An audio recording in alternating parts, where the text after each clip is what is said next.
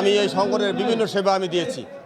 দুর্ভাগ্যজনক হলেও সত্য যে আমাদের আসলে এই নির্বাচনের সময় আমরা প্রফেশনালবিহীন অভিজ্ঞতা ছাড়া আমরা এক একজনকে ধরে এনে আমরা যেমন চিকিৎসা সম্পাদক পদে একজন দাঁড় করাই, যিনি ডাক্তারি কোনো তার অভিজ্ঞতাই নেই, অর্থ সম্পাদক যার কোনো অর্থের কোনো অ্যাকাউন্টের কোনো হিসাবই সে জানে না, তাকে আমরা অর্থ সম্পাদক বানাই।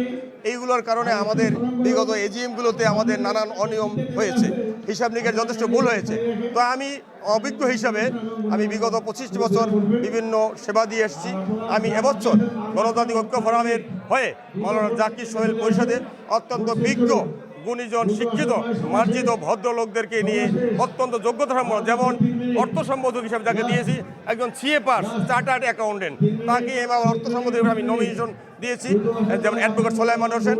এবং ধর্মবিষয়ক সম্পাদক জানেন একটা ভাইটাল পোস্ট, অত্যন্ত ইসলামিক স্কলার বাংলাদেশে এখন প্রখ্যাত আলেম এমদাদুল্লাহকে আমি এই পদে এনেছি।